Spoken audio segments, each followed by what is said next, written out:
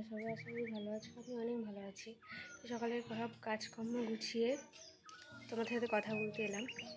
তো কি বলবো, আজকে এতই গরম, আর ভোর 3টের দিকে কারেন্ট চলে গেছে। খুব কষ্ট হয়েছে। আমার হাজব্যান্ডও সারা রাত ঘুমাতেই পারিনি। তো কালকে আমাদের এই স্ট্যান্ড ফ্যানটা কিনে নিয়ে আসছে। এই স্ট্যান্ড ফ্যানটা কালকে এত গরম ওগুলোকে নিয়ে এসছে। ওপরেও ফ্যান আছে, তারপরেও স্ট্যান্ড ফ্যানটা নিয়ে এসেছি। উপরে ফ্যান ছাদ তো উপরে, আর সবসময় রোদ পড়ে, খুবই গরম। তো রাত্রে শোয়াই যায় না, একটুকু শোয়াই যায় না। তো এই স্ট্যান্ড ফ্যানটা কিনে নিয়ে এসছে।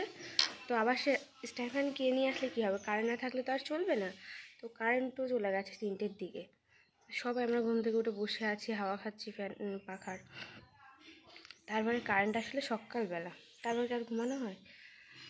তারপর উঠে সমস্ত কাজবাজ করে এখনই তোমাদের সাথে কথা বলছি। তো আজকে আমি সারাদিন কী করি তাই তোমাদের দেখাবো। চলো, পরে কথা হচ্ছে। সকালে খাওয়া দাওয়া করে কাজকর্ম সব কিছু গুছিয়ে এখন বসলাম। তো বসে ভাবলাম যে তোমার সাথে একটু কথা বলি। দেখো, আমাদের মানুষ এতটাই দুষ্টু, সারাদিন আমার শাশুড়ি ওর পেছনে বকতেই থাকে, স্থির নাও।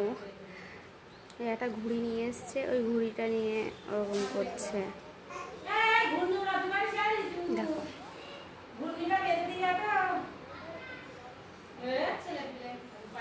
খুব দুষ্টু। আর বিকেলবেলায় ইচ্ছা আছে আমি আর আমার বাজারে যাওয়ার। দেখা যাক কী হয়। ষষ্ঠীর বাজার করার জন্য কিছু কেনাকাটা করার আছে বাড়ির জন্য, তাই জন্য যাওয়ার ইচ্ছা আছে। আমার যা কিনবে ও কিনবো। ওর মার জন্য কেনা হয়ে গেছে, একটা শাড়ি কিনেছে, আর ওর বৌদির জন্য কিনবে। তো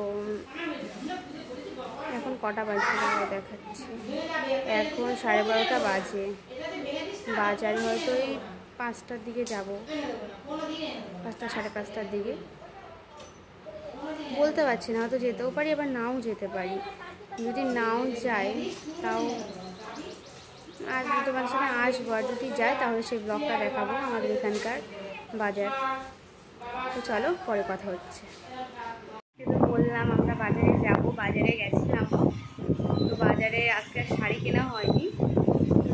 আমার শাশুড়ি আমাকে কান দিয়েছে, তো সেই কানেরটা দেখতে গেছিলাম। তো এই যে এই কানেরটা,